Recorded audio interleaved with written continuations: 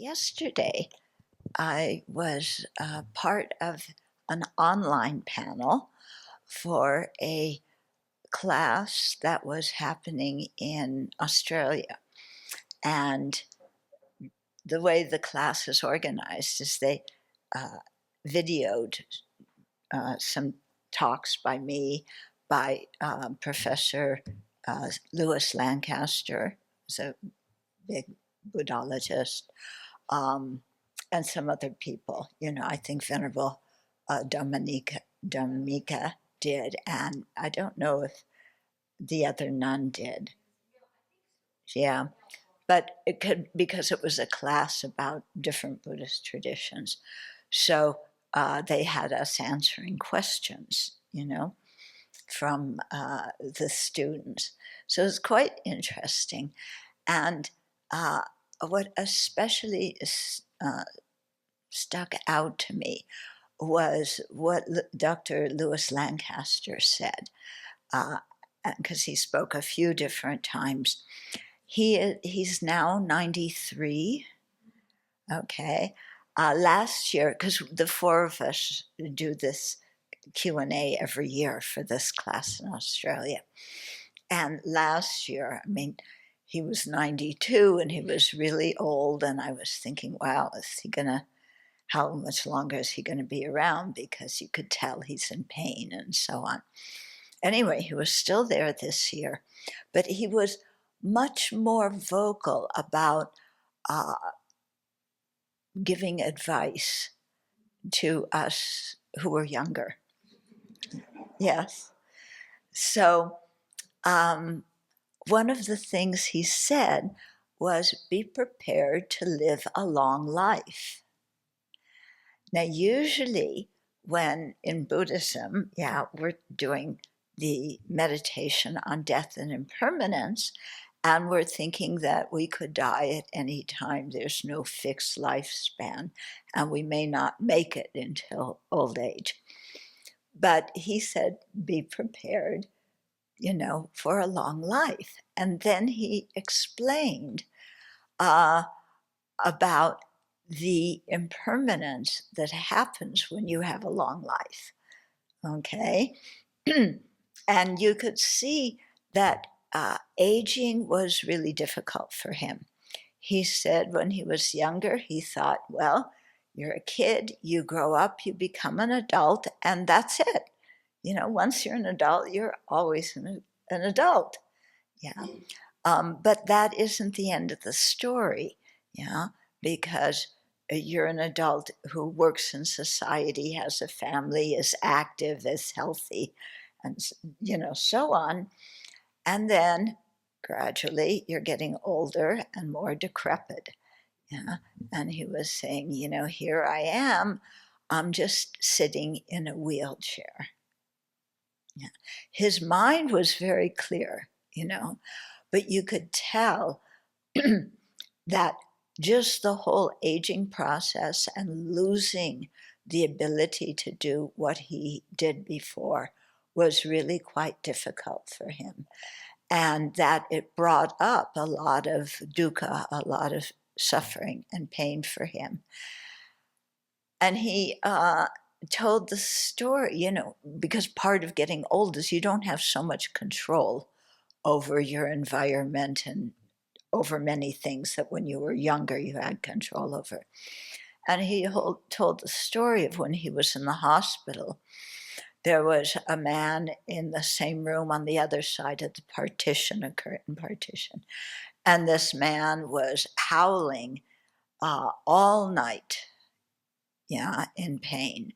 And, Dr. Lancaster, it was horrible to hear somebody howl all night in pain. And he said to himself, I have to find a way to deal with this because I can't get out of bed to go talk to him and console him and do anything to help him because I can't walk. So I have to make peace with this in one way or another. And he said what it came to in listening to this man's howling was, this is the pain, this is the anguish of samsara. He used that word, anguish, yeah. And he said, that anguish of samsara wasn't just that man who's in pain that night. I have anguish in samsara. Everybody has anguish in samsara. So it was really seeing just the human condition of being in samsara, in that we don't have control over everything, and there's lots of undesirable experiences, especially as you age. Yeah. And then he also talked about how these undesirable and painful experiences can challenge us to find meaning and find a way to deal with them in our own mind so that we don't just freak out. Yeah. And what instantly popped into my mind was thought training, because this is what the thought training practice is all about: how to transform anything you experience, especially adversity, into the path to awakening, so that you don't get overwhelmed and blown away by anything. You can handle everything mentally. Physically, you may not be able to, yeah, but to train the mind so that we don't ever get to a stage of freaking out. Yeah. So that it really affected me, because he was 93, and his voice was faltering. You could tell it took a lot of energy for him to speak. But he really wanted to talk. And at the beginning, when the person who's running the course introduced us, he said something to the effect of, "Thank you for inviting me and allowing me to contribute." And I saw, oh, that's the thing that makes your life meaningful, is when you can contribute to the welfare of others. And that's what he was doing, what all four of us were doing in answering questions. But those of us who were younger, I didn't think so much, thank you for allowing me to contribute, because I just talk when I have something to say, and it doesn't take much energy. And, like, you invited me, well, of course. But the way he really saw, the possibility to do something beneficial for somebody else, and how precious that possibility, that opportunity is, and not to take it for granted. Yeah. But when there's a chance to benefit or to give to somebody, you feel grateful for that opportunity to do it, instead of, oh, they want me to give a BBC and I don't feel like it. Yeah, I'm not giving a BBC. Where's that other one who doesn't give BBCs? She's not here. Okay. Yeah. But, what he's saying is this: don't see things as burdens. When somebody asks you for help, even if it's carrying something around or painting something or washing a dish, it's an opportunity to contribute to the welfare of others.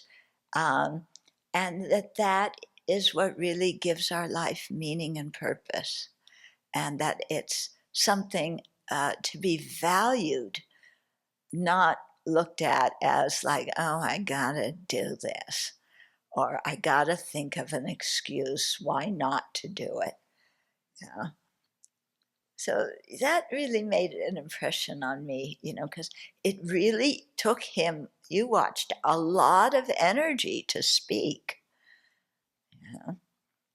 So let's wish him a long life and an easy death and a good rebirth whenever that comes, which may be before ours or it may be after ours. We don't know. Yeah.